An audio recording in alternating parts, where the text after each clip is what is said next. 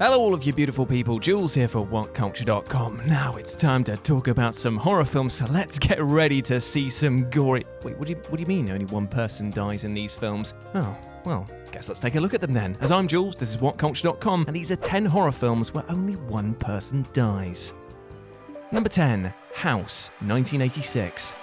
House tells the story of William Katz's Roger Cobb. Now, Cobb returns to his childhood home following the death of his aunt and finds that his home has got a lot of uninvited guests. What makes House worthy of this list is its pretty wacky creativity. Producer Sean S. Cunningham knew that he wanted to make a PG film, so it was up to director Steve Miner to find inventive and frightening ways to keep audiences entertained. The filmmakers achieved this through a pretty impressive use of practical effects and adding some surprisingly hilarious dark comedy to the story. Lurking within the titular house is a many-faced demon, a squeaky-voiced witch, and 2 gremlin dwarves. All of this makes us forget that we haven't actually witnessed a single on-screen death since the opening moments of the film, where a delivery boy finds the dead body of Roger's aunt. And that's it. That's about as much on-screen death as House delivers. The rest of the film's paranormal encounters interchangeably makes us scream or chuckle. The paranormal visitors bear the brunt, but never actually die because they're evil, I guess? House keeps the viewer glued with a wonderfully atmospheric score, perfectly timed comedic moments, and a dark subplot about a missing child and war PTSD. With all that going on, there's actually little need for any on-screen death.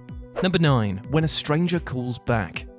Now, some of you out there might not even know that there was a sequel to 1979's When a Stranger Calls. This is primarily because the film debuted on Showtime and has remained a little seen number since, which is actually truly a shame because the follow-up is actually a masterclass in tension. The movie follows Julia, a young student trying to cope with the trauma of being tormented 5 years before, wherein an unknown assailant terrorized her before kidnapping the children in her care. And when things begin appearing out of place in her apartment, Julia seeks the help of returning actors Carol Kane and Charles Durning. The sequel stands head and shoulders above the original. It extends the trope of a shocking opening scene to fill the first half hour and manages to hold that tension throughout the runtime. Everything is edge of your seat tense here, as the film is packed with paranoia and subtle scares. The tiniest things seem horrifically ominous. An open window, a misplaced vodka bottle, or even just a brick wall. Trust me on that one. We feel the constant looming threat of somebody watching, and no one in Julia's life is safe. It's only upon reflection that we realize that only one person has actually died throughout the film. I won't reveal who, but rather implore you to seek this film out and keep your eyes peeled during the nail-biting climax.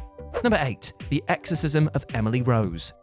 Scott Derrickson's The Exorcism of Emily Rose seemingly did the impossible by combining the paranormal with a courtroom drama. Laura Linney stars as a lawyer representing a priest charged with negligent homicide. Flashbacks reveal that Father Richard was attempting to exorcise the titular Emily Rose, but is he responsible for her death? Or can the courts reconcile that much darker forces are actually at play? Emily Rose takes its basis from the real-life exorcism and subsequent death of Annalise Mitchell. Due to its clever narrative structure, the film artfully weaves Emily Rose's chilling descent into the demonic around these courtroom scenes, wherein Linney's character struggles with her defense. The richly written script and well-rounded characters ensure that we see everything from both sides and are never really truly sure what actually happened. The strong performances also make the one death in the film incredibly tragic. From the outset, we know that Jennifer Carpenter's Emily Rose has not survived. However, when we finally get to witness the tormented girl accept her fate for the greater good, it's utterly heartbreaking. Number 7, Hes Out There.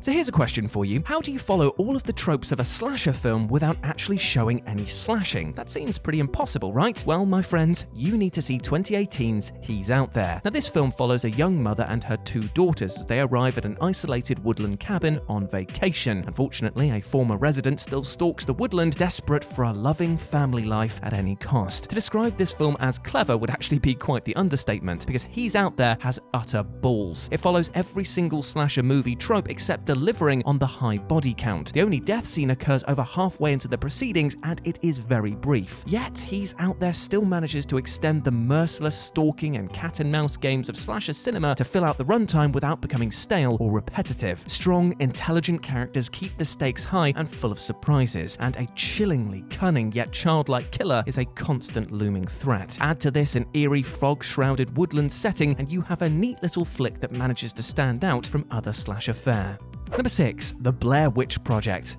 So here's a question: does anyone actually even die in the Blair Witch Project? This question has actually been debated for decades now. The great and unique thing about this film is that it's so open to interpretation. And you know what? Whether one person dies or nobody dies, this film makes the list for the strength it exhibits throughout. Here, we're going to go on the assumption that Josh, the first to disappear, does in fact bite the dust. The proof of this being Heather's grisly discovery of Josh's blood-soaked shirt and teeth. But even if this is not the case, as Josh's cries are definitely heard later, the strength of the film as a whole is the reason for its inclusion. The Blair Witch Project shows absolutely no on-screen violence or death and is regarded as revolutionary in horror cinema. The filmmakers managed to capture true fear, growing insanity, and an undeniable eeriness and sense of dread with some very inventive production methods. All of this held audiences spellbound as we became so invested in the characters that were involved. Some incredible performances and an ever-present sense of doom make us completely forget about gore or a body count. Perhaps this is why the Blair Witch Project has endured so strong throughout the years. Number 5. Dressed to Kill. If you like a good psychological thriller with just a hint of slasher cinema, then Dressed to Kill is definitely for you. Brian De Palma's tale tells the story of Liz, a cool girl that witnesses a murder and becomes the killer's next target. Along with the victim's son and psychiatrist, she tries to stay one step ahead of her stalker and discover who this person is. Dressed to Kill is best described as a love letter to Alfred Hitchcock's Psycho, as it borrows many elements with slight contemporary updates. This movie uses nudity and sexuality to its advantage and also ups the gore factor for the one death scene that we do get. Yes, although taking many cues from Psycho, Dressed to Kill goes one daring step further with an even lower body count. Angie Dickinson is mercilessly slashed to death in a truly stunning gory scene, but it is the only death. This film has a lot to say about gender identity, sexual orientation, and the internal struggles that this can cause. It is way ahead of its time, and that makes it truly one fascinating film. Number 4. The Wicker Man.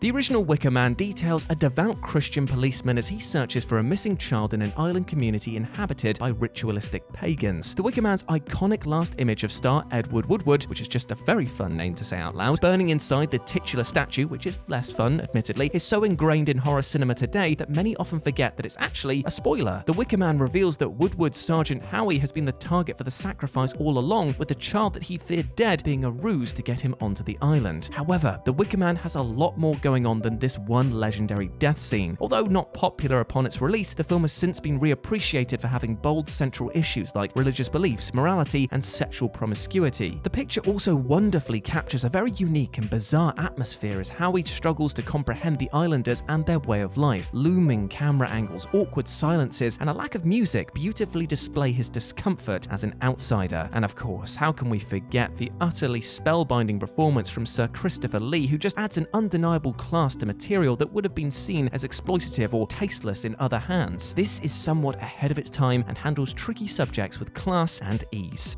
Number 3. Happy Death Day.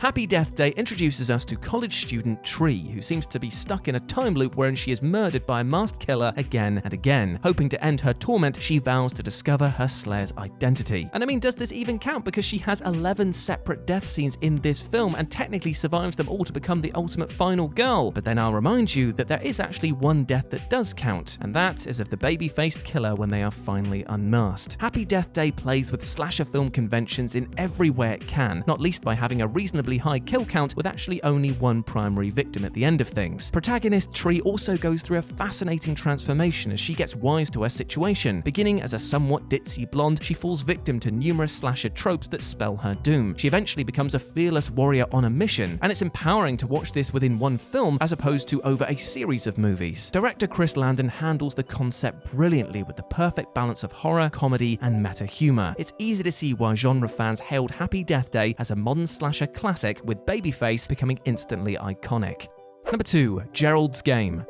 Based on the Stephen King novel of the same name, Gerald's Game tells the story of Jessie. When her husband Gerald dies of a heart attack during a sex game, Jessie is left handcuffed to her bed and entirely alone. It's through the creative genius of Mike Flanagan that this concept translated so well to screen. Flanagan makes the wise choice to take some creative liberties with King's story, bringing the deceased Gerald back as a figment of his wife's imagination. This concept helps the narrative flow much more conventionally and also enables an incredibly chilling performance from Bruce Greenwood. The concept of a woman alone alone and bound to a bed could have very easily turned stale, but thanks to an incredibly strong performance, this keeps the audience hooked. Jessie is captivating as a woman forced to confront all of her demons as the end of her life may be in sight. And on top of a wonderfully surreal atmosphere that leaves us always questioning what is real and what is imagined, we get one truly agonizingly, squeamishly gory moment. Geralds Game therefore definitely stands as one of the strongest Stephen King adaptations. And number 1, Duel. Now, this masterclass in tension also just happens to be the directorial debut of one Steven Spielberg. Dennis Weaver stars as a businessman driving across country, and things take a sinister turn when he overtakes a rusted tanker truck and inadvertently becomes the homicidal driver's target for his rage. Now, on paper, Duel doesn't actually sound very strong, and perhaps in other hands the film wouldn't have worked so well. Making a vehicle frightening is no easy task. I mean, just ask Stephen King. What is that goon face all about on that truck? But with this beautifully crafted thriller, Spielberg establishes himself as a filmmaking powerhouse. Wonderful low angles, tight close-ups, and zooming point-of-view shots sell the rust bucket of a truck as a rather sinister force. Duel was an ABC Movie of the Week, so one really can't expect much violence, but the endlessly tense chase scenes suffice in keeping the audience right on the edge. When the victory finally comes and the ominous truck careens over a cliff, killing the still unseen driver, we actually feel like cheering. The film was so popular in the ratings that it eventually received a theatrical release. Today, it has inspired many other road horror movies, but none have ever been quite so effective.